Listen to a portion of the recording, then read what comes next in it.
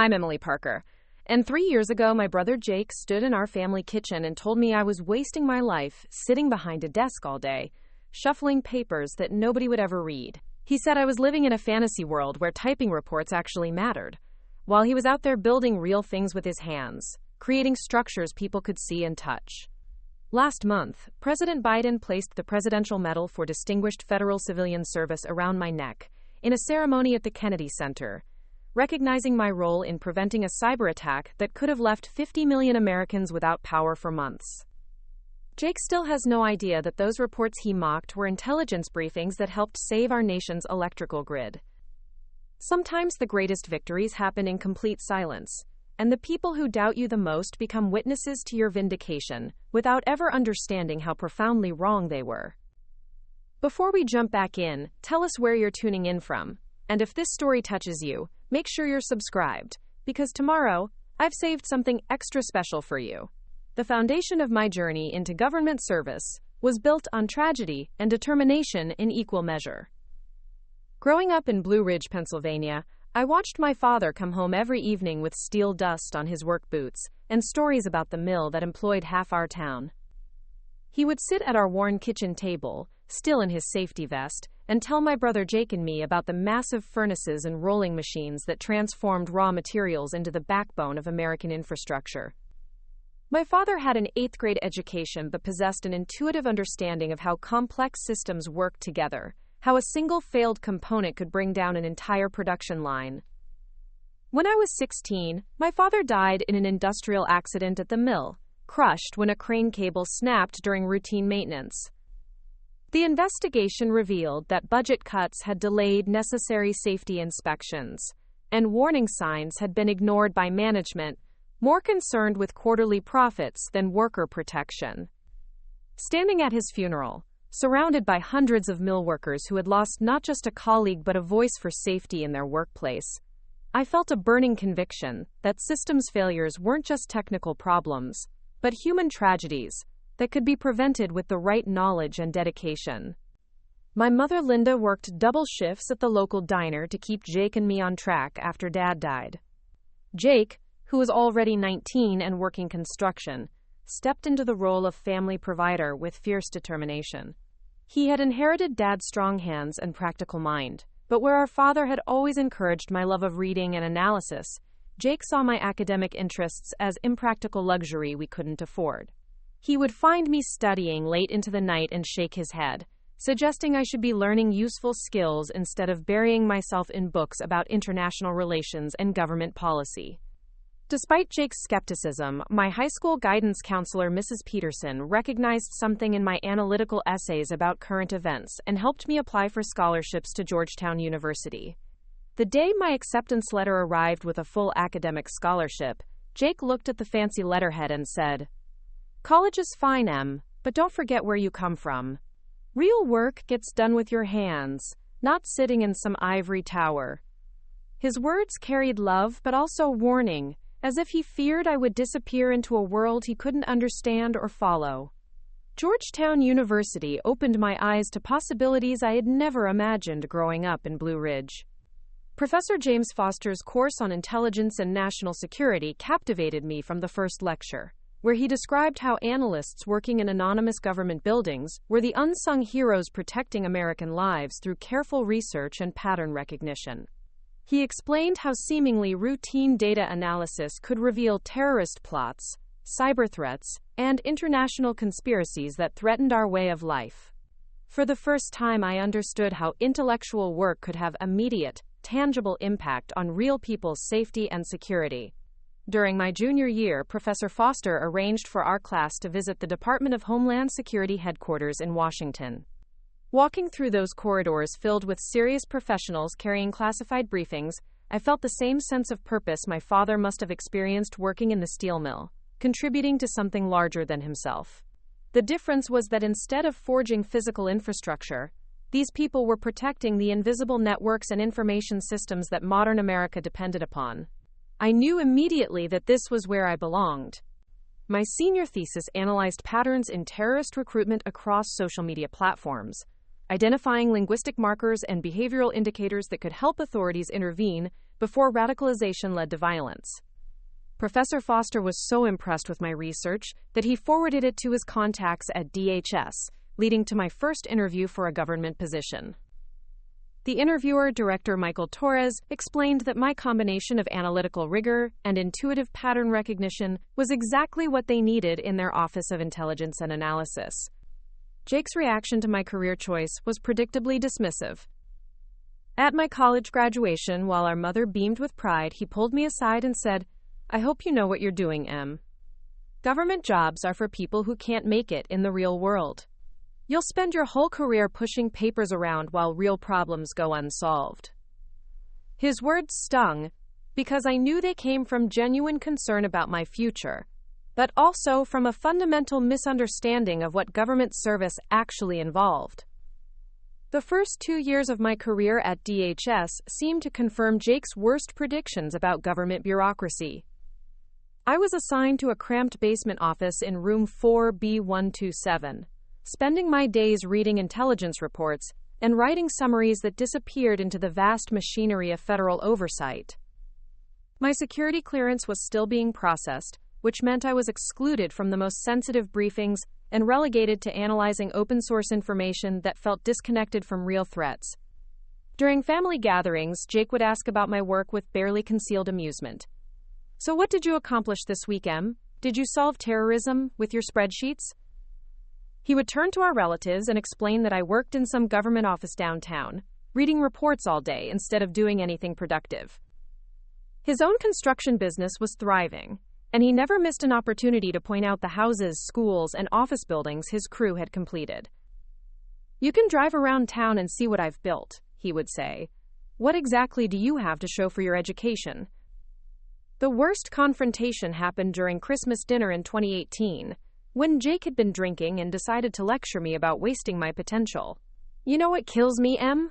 You were the smart one in the family. You could have been a doctor, or a lawyer, or started your own business. Instead, you're sitting in some basement cubicle, pretending that filing reports is saving the world. Dad would have wanted you to do something that actually mattered." Our mother tried to intervene, but Jake continued, his voice rising with frustration. "You make what, $60,000 a year? I made more than that on my last construction contract alone, and I'm actually building something real." What Jake didn't know, because my security clearance prevented me from discussing it, was that my work had already begun evolving beyond basic report writing. Agent Sarah Coleman, a 20-year veteran of intelligence analysis, had noticed my ability to identify connections between seemingly unrelated pieces of information. She began including me in briefings about emerging cyber threats, where my academic background in international relations helped contextualize technical vulnerabilities within broader geopolitical tensions. The breakthrough that would define my career began with a routine analysis of intercepted communications in early 2019. I was reviewing transcripts of phone calls between suspected extremist groups when I noticed unusual references to winter festivals and lighting ceremonies that didn't match any known terrorist terminology. Most analysts dismissed these phrases as meaningless code words, but something about their pattern and frequency triggered my instincts. I spent weeks cross-referencing these communications with other intelligence streams, mapping locations and timestamps, to create a comprehensive database of related activities. Agent Coleman encouraged my investigation even when other colleagues suggested I was chasing phantom connections. "Trust your instincts, Emily," she told me during one late-night analysis session. "The best intelligence officers I've known all had that same ability to see patterns that others missed. Don't let anyone convince you that detailed analysis is less valuable than flashy operations." Her mentorship gave me the confidence to pursue leads that seemed insignificant to more experienced analysts. As my security clearance was upgraded to top secret, I gained access to classified databases that revealed the true scope of threats facing American infrastructure. The communications I had been tracking were part of a sophisticated network planning coordinated attacks on electrical substations across the Northeast Corridor. The winter festivals referenced planned blackouts during peak energy demand, while lighting ceremonies described simultaneous strikes designed to cascade failures throughout the regional power grid. Working 18-hour days in my basement office, I gradually assembled a comprehensive picture of the threat that intelligence agencies had been missing for months. The attack was being coordinated by a combination of domestic extremists and foreign cyber warriors, using encrypted communication channels that traditional surveillance methods couldn't penetrate. My analysis revealed that the attackers had already conducted reconnaissance at key facilities and were planning to strike during the winter heating season, when power grid disruption would cause maximum suffering.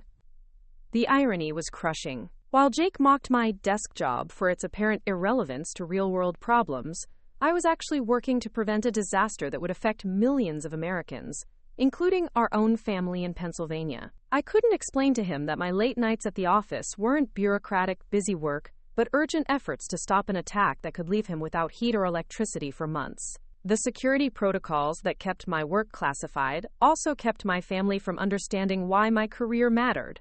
Director Torres assembled a joint task force to investigate my findings, bringing together experts from the FBI, CIA, and NSA to verify the threat assessment I had developed. Agent Coleman later told me that several senior officials were initially skeptical that a relatively junior analyst had uncovered such a significant plot, but the evidence I presented was too comprehensive to ignore. My ability to correlate linguistic patterns with technical vulnerabilities had revealed connections that specialized units working in isolation had missed. The investigation that followed consumed 2 years of my life and tested every analytical skill I had developed. I worked closely with cybersecurity experts to map the attackers' digital infrastructure, collaborated with FBI field agents to identify physical surveillance activities, and briefed senior Pentagon officials on the potential military implications of large-scale power grid failures. The work was intellectually demanding and emotionally exhausting, requiring me to maintain absolute secrecy about operations that could save or cost thousands of lives. Jake's mockery continued throughout this period, reaching a peak during Thanksgiving 2021, when he brought his new business partner to meet the family. "This is my sister Emily," he announced with obvious pride in his own success. "She works for the government downtown. Nobody's really sure what she does all day, but I'm sure it's very important paperwork." His partner laughed politely, and Jake continued, "I keep telling her she should come work for Parker Construction. We could use someone with her education to handle our bookkeeping and permits. At least then she'd be contributing to something you can actually see." The comment hurt more than usual because by that point I knew we were close to preventing an attack that would have devastating consequences for our entire region. I had spent months tracking the attackers' preparations, watching them move equipment and personnel into position for strikes that would cripple critical infrastructure. The operation required coordination between multiple federal agencies and absolute secrecy to avoid alerting the perpetrators. I was working at the center of the most important investigation of my career, but Jake saw only another year of his sister disappearing into her mysterious government job. The climax came in December 2022, when intercepted communications revealed that the attacks were scheduled for the winter solstice, designed to maximize psychological impact during the holiday season. Working around the clock with the Joint Task Force, we coordinated simultaneous raids that captured the domestic cell members and disrupted the cyber infrastructure they were using to communicate with foreign handlers. The operation was flawless, preventing attacks that would have left millions of Americans without power during the coldest week of the year. 3 months later, I received a call from Director Torres informing me that I had been selected to receive the Presidential Medal for Distinguished Federal Civilian Service, the highest honor available to government employees. The citation, which would become public during the ceremony, credited my exceptional analytical capabilities and unwavering dedication with preventing, quote, catastrophic attacks on critical infrastructure that would have endangered millions of American lives. For the first time since joining DHS, I was allowed to discuss my work openly, though many operational details remained classified. The medal ceremony at the Kennedy Center was attended by senior officials from across the federal government, along with family members of the recipients. I had invited Jake and our mother, telling them only that I was preparing and narrating this story took us a lot of time, so if you are enjoying it, subscribe to our channel. It means a lot to us. Now back to the story. I was receiving recognition for my work without explaining the specific nature of my accomplishments. Jake seemed genuinely pleased that his sister was being honored, though he admitted he still didn't understand what I actually did for a living.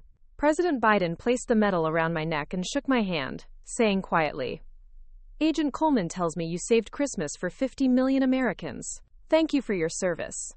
The formal citation was read aloud, describing how my analysis had, quote, identified and disrupted a coordinated attack on electrical infrastructure that would have resulted in widespread power outages, economic disruption, and potential loss of life during peak winter energy demand. Jake's expression during the ceremony was a mixture of shock, pride, and dawning comprehension.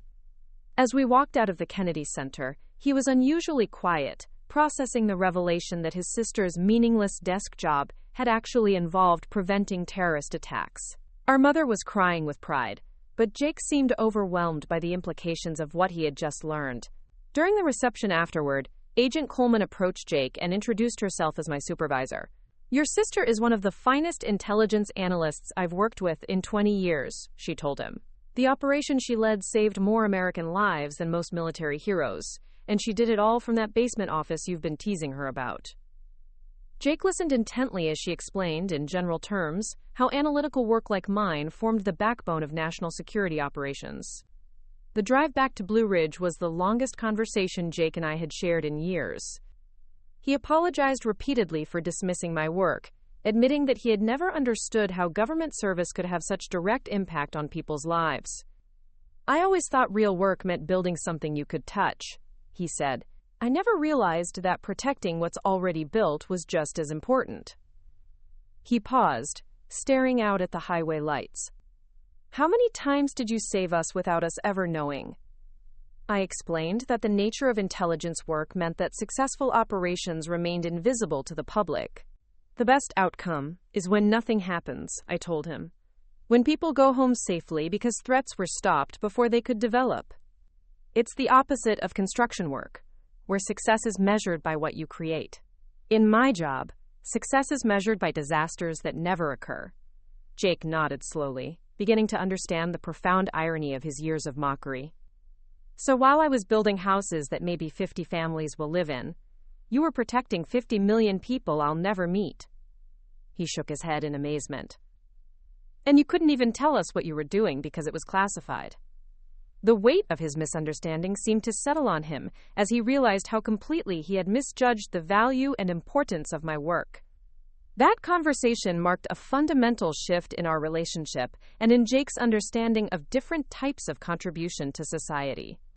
He began asking thoughtful questions about government service and expressing genuine pride in my career rather than bemused tolerance.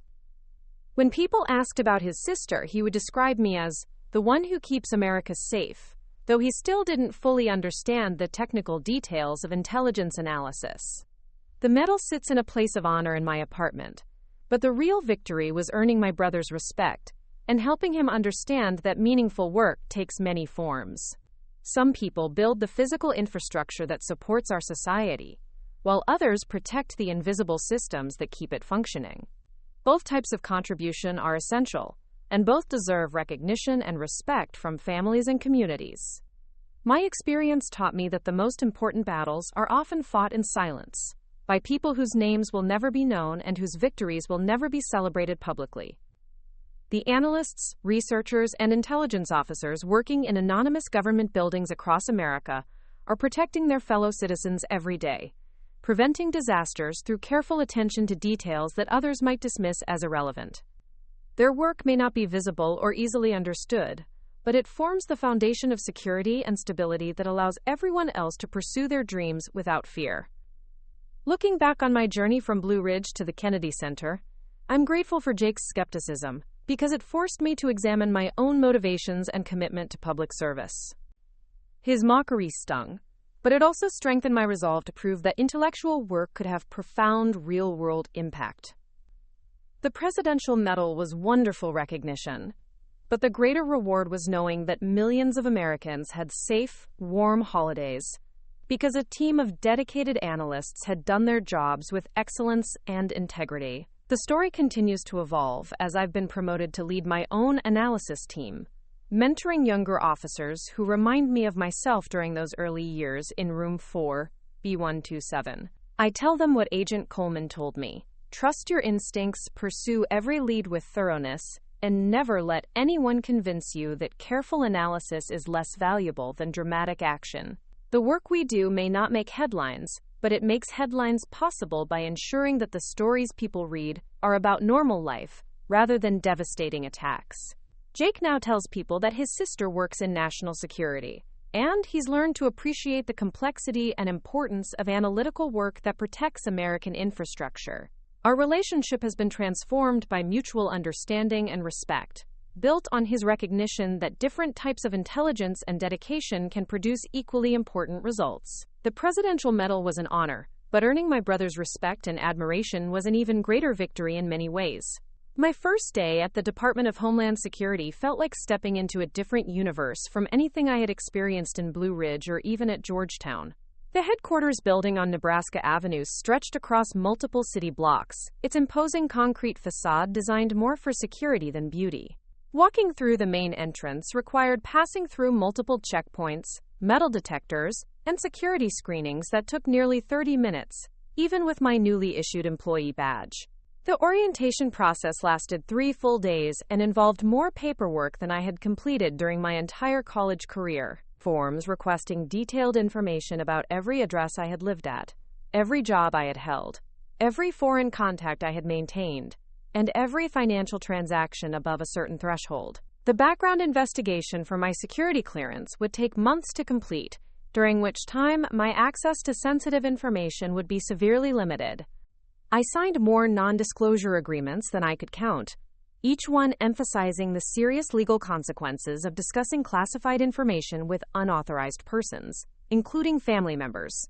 Director Michael Torres conducted the final orientation session for new intelligence analysts, explaining the mission and structure of the Office of Intelligence and Analysis within the broader DHS organization.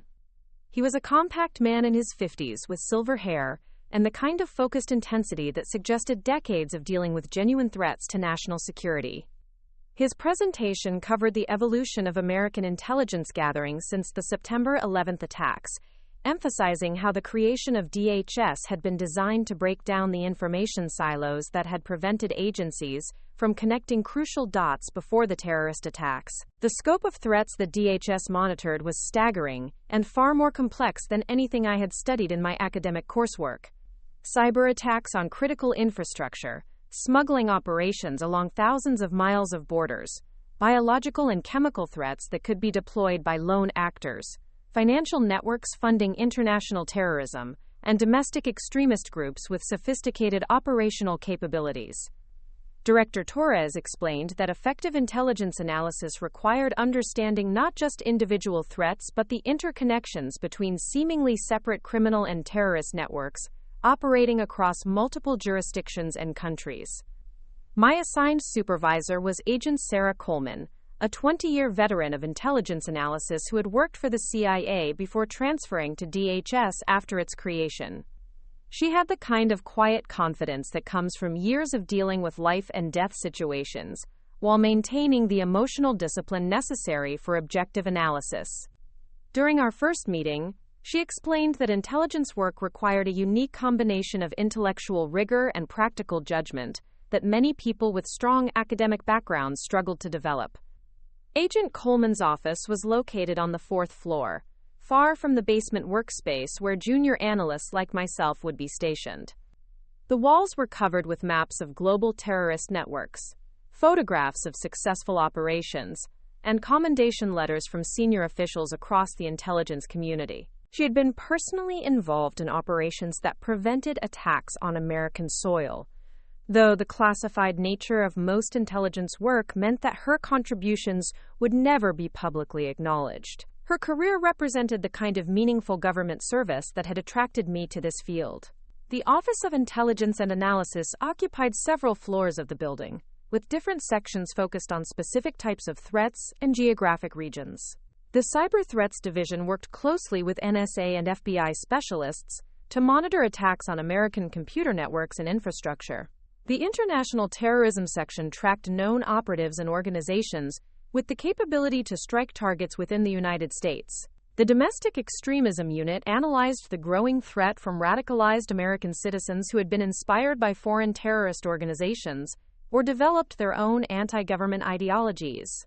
My initial assignment was to the Emerging Threats Analysis section, a relatively new unit tasked with identifying patterns and trends that might indicate developing security challenges. This involved reading hundreds of intelligence reports each week, synthesizing information from multiple sources, and preparing briefings for senior officials who needed to understand the broader context of specific threats. The work required the kind of detailed analytical thinking that had served me well in academic research, but with the added pressure of knowing that missed connections could result in successful attacks against American targets. The physical workspace assigned to junior analysts was a stark contrast to the impressive public areas of the DHS headquarters. Room 4B127 was located in the basement level, with fluorescent lighting that cast everything in harsh, artificial brightness. My desk was one of 12 arranged in rows facing a wall of monitors that displayed real-time feeds from various intelligence databases. The room had no windows and minimal decoration, designed for functionality rather than comfort.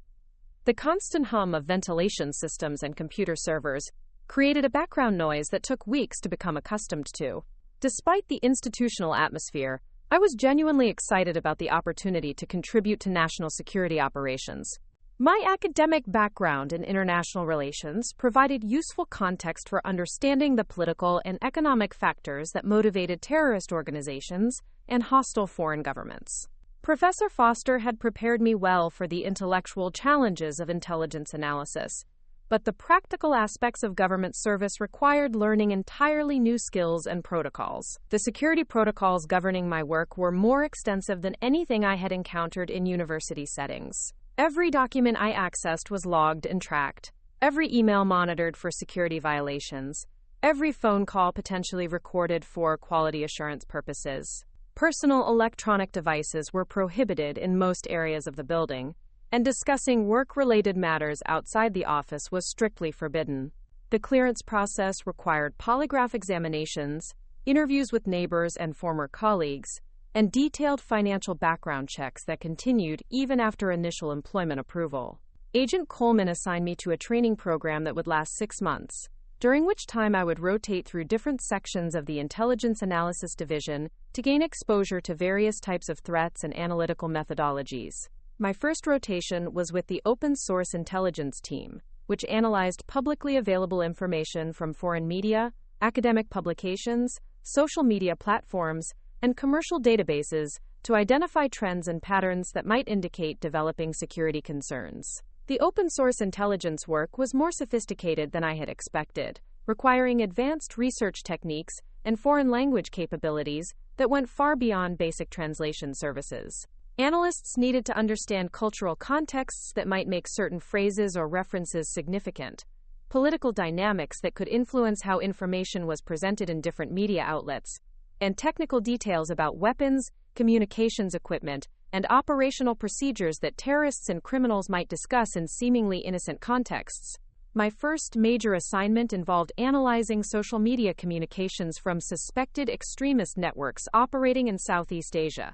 The project required reviewing thousands of posts, messages, and images to identify patterns that might indicate planning for attacks against American interests in the region. The work was painstakingly detailed and often involved examining seemingly meaningless content for hours before identifying subtle indicators that warranted further investigation. Success in this type of analysis required both technical skills and intuitive judgment that could only be developed through experience. The learning curve was steep and sometimes frustrating, particularly when my academic background provided little guidance for practical challenges I encountered daily. Understanding how terrorist organizations adapted their communication methods to avoid surveillance required knowledge of both technical countermeasures and operational security procedures that weren't covered in any university curriculum.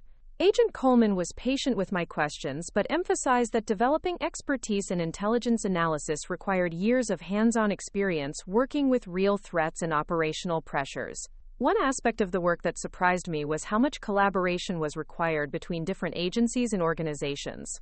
Effective threat assessment often depended on combining information from FBI field investigations, CIA foreign intelligence gathering, NSA signals intelligence, and DHS domestic monitoring capabilities.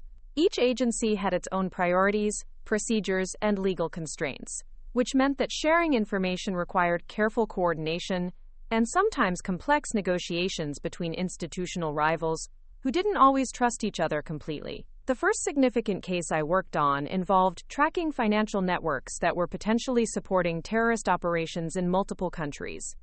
The analysis required following money transfers through dozens of banks, shell companies, and informal financial systems that operated outside traditional regulatory oversight. Working with Treasury Department analysts and FBI financial crimes specialists, I helped map connections between seemingly legitimate businesses and known terrorist fundraising operations. The complexity of modern international finance made this type of analysis extraordinarily challenging and time-consuming.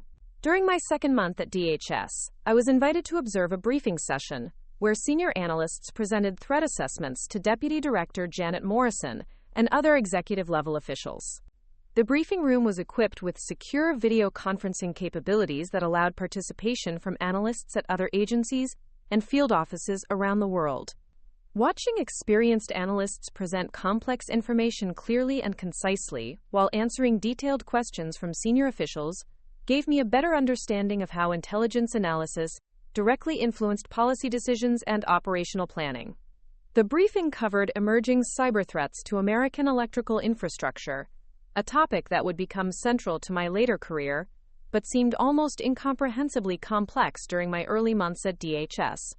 Senior analysts described sophisticated attacks that could potentially disable power grids serving millions of people, disrupt financial networks that process trillions of dollars in daily transactions, or compromise communication systems that emergency responders depended upon during natural disasters or terrorist attacks.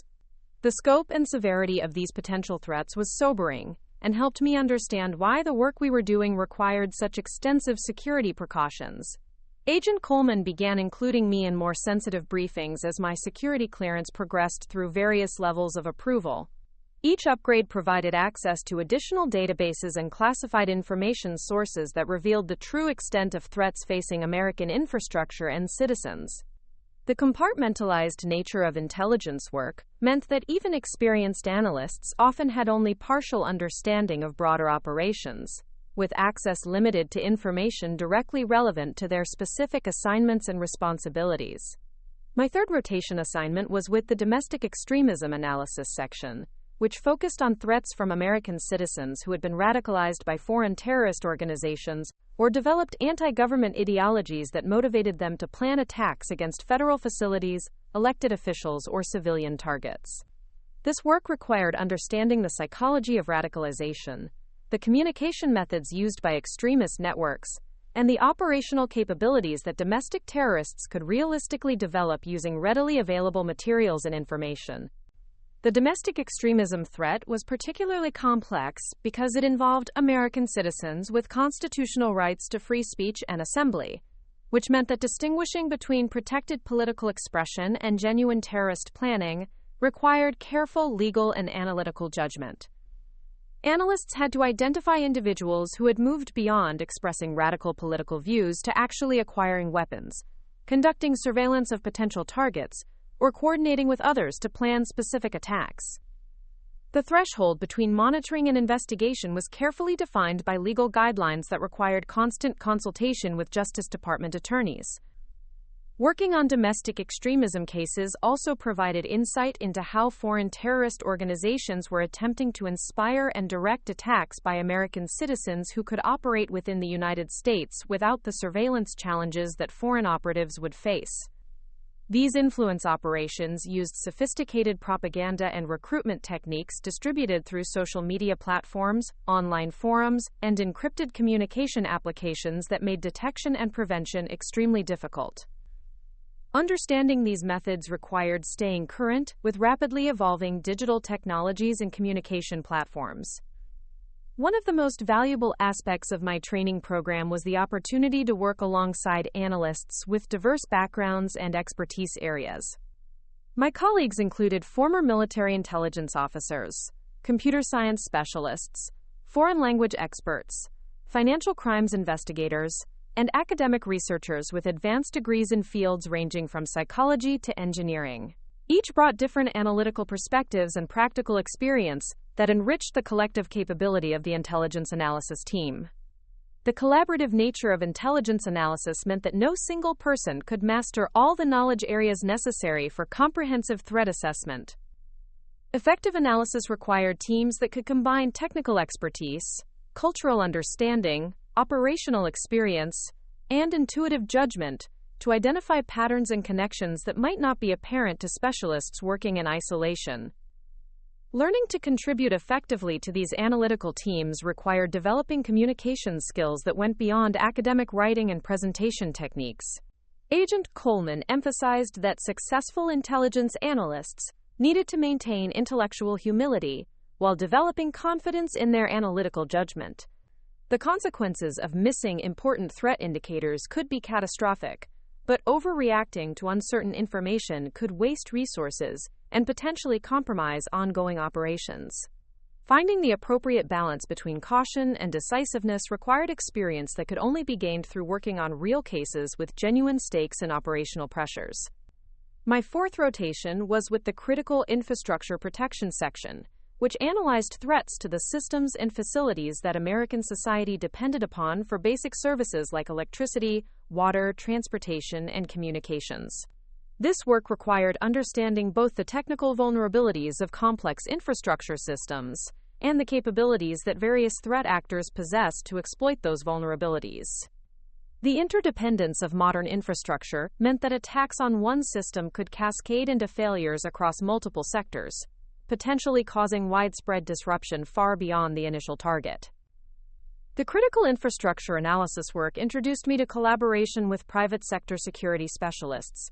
Since most American infrastructure was owned and operated by commercial companies rather than government agencies, this partnership required understanding business perspectives on security investments, regulatory compliance requirements, and the practical constraints that companies faced when implementing protective measures recommended by intelligence analysts.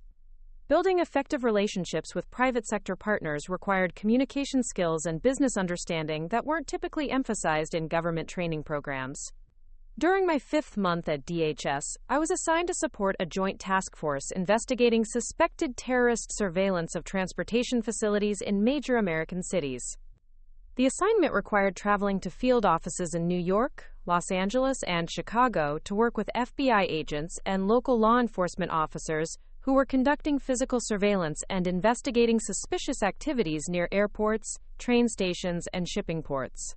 This field experience provided valuable perspective on how intelligence analysis translated into operational activities and law enforcement investigations. The fieldwork also gave me first-hand experience with the challenges of coordinating between different law enforcement agencies with varying levels of security clearance, investigative procedures, and legal authorities. State and local police officers often had detailed knowledge of their communities and suspicious activities, but lacked access to classified intelligence that could provide crucial context for understanding potential threats. Federal agents had broader authority and access to classified information, but might miss local patterns and connections that could be significant for threat assessment. Working with the Joint Task Force taught me that effective intelligence analysis required understanding not just the threats themselves, but also the capabilities and limitations of the various agencies responsible for preventing and responding to attacks. Recommendations needed to be practical and achievable given available resources, legal constraints, and institutional priorities. Academic analysis that didn't account for these operational realities might be intellectually sound but practically useless for protecting American lives and infrastructure. My final training rotation was with the International Cooperation section, which worked with foreign intelligence services and law enforcement agencies to share information about transnational threats and coordinate responses to terrorist organizations operating across multiple countries. This work required understanding the political sensitivities and legal restrictions that governed intelligence sharing between nations with different legal systems, political priorities, and relationships with the United States. The international cooperation work involved regular communication with analysts and agents from allied countries, requiring cultural sensitivity and diplomatic skills that complemented the technical analytical capabilities emphasized in other sections. Understanding how different countries approached intelligence gathering, legal procedures, and operational security helped me appreciate the complexity of international counterterrorism efforts. and the importance of maintaining positive relationships with foreign partners who provided crucial information about threats to American interests. Agent Coleman concluded my training program with a comprehensive evaluation that would determine my permanent assignment and security clearance level. Her assessment emphasized my analytical capabilities and attention to detail, but also identified areas where I needed additional development, particularly in understanding operational procedures and developing practical recommendations that field agents and law enforcement officers could implement effectively. She recommended that I be assigned to the Emerging Threats Analysis section, with a focus on cybersecurity issues affecting critical infrastructure. The permanent assignment represented both an opportunity and a challenge, since cyber threats to infrastructure were among the most technically complex and rapidly evolving issues that DHS analysts worked on. Success in this area required staying current with constantly changing technology, understanding the capabilities of sophisticated adversaries including foreign governments and organized criminal networks, and developing expertise in both technical vulnerabilities and the economic and political motivations that drove cyberattacks against American targets. As I settled into my permanent workspace in room 4B127, I felt genuine excitement about contributing to operations that protected American infrastructure and citizens from sophisticated threats that most people never realized they faced. The training program had provided a solid foundation, but I understood that developing real expertise would require years of experience working on actual cases with operational significance. Agent Coleman had made it clear that intelligence analysis was not an academic exercise but a practical discipline where lives and national security depended on the accuracy and insight of analytical judgments. The contrast between my new professional environment and my family's understanding of government work was stark and sometimes painful. During phone calls with Jake and my mother, I found myself unable to explain what I actually did during my workdays, or why the mission of my office mattered for their daily lives. The security restrictions that governed my work meant that I couldn't share the sense of purpose and accomplishment that came from contributing to operations that prevented attacks and protected American infrastructure. Jake's questions about my work became increasingly pointed as months passed without him gaining any clearer understanding of what I was doing in Washington. His construction business was thriving, and he could point to specific buildings, roads, and facilities that his crew had completed. In contrast, my work seemed abstract and bureaucratic from his perspective, focused on reading reports and attending meetings, rather than creating tangible results that ordinary people could see and appreciate. The disconnect between the reality of my work and my family's perception of it would become a source of ongoing tension and misunderstanding that lasted for years. While I was developing expertise in threats that could affect millions of Americans, my brother saw only another college graduate disappearing into the federal bureaucracy, instead of pursuing practical work that produced obvious results. The classification requirements that protected operational security also prevented me from defending the value and importance of my career choice to the people whose opinions mattered most to me. Up next, you've got 2 more standout stories right on your screen. If this one hit the mark, you won't want to pass these up. Just click and check them out.